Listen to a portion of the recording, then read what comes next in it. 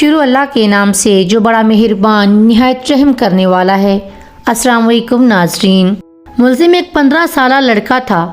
ایک اسٹور سے چوری کرتا ہوا پکڑا گیا۔ پکڑے جانے پر گارڈ کی گرفت سے بچنے کی کوشش کی۔ مزاحمت کے دوران اسٹور کا ایک شیلف بھی ٹوٹا۔ جج نے فرد جرم سنی اور لڑکے سے پوچھا، تم نے واقعی کچھ چرایا تھا؟ بریڈ اور پنیر کا پیکٹ۔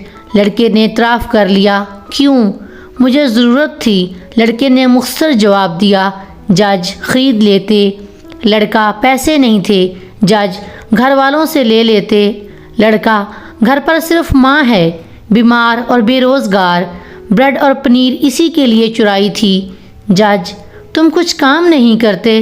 لڑکا، کرتا تھا ایک کار واش میں۔ ماں کی دیکھ بھال کے لیے ایک دن کی چھٹی کی تو نکال دیا گیا۔ جج، تم کسی سے مدد مانگ لیتے؟ لڑکا، صبح سے مانگ رہا تھا، کسی نے مدد نہیں کی۔ جرا ختم ہوئی اور جج نے فیصلہ سنانا شروع کر دیا۔ چوری اور خصوصاً بریڈ کی چوری بہت ہولناک جرم ہے اور اس جرم کے ذمہ دار ہم سب ہیں۔ عدالت میں موجود ہر شخص مجھ سمیت اس چوری کا مجرم ہے۔ میں یہاں موجود ہر فرد اور خود پر $10 جرمانہ عائد کرتا ہوں۔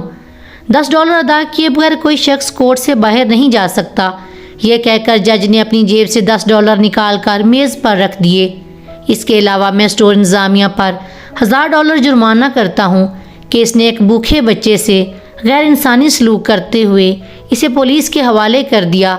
اگر 24 گھنٹے میں جرمانہ جمع نہ کرایا گیا تو کورٹ اسٹور سیل کرنے کا حکم دے گی۔ فیصلے کے آخری ریمارک یہ تھے، اسٹور انتظامیہ اور حاضرین پر جرمانے کی رقم لڑکے کو ادا کرتے ہوئے عدالت اس سے معافی طلب کرتی ہے۔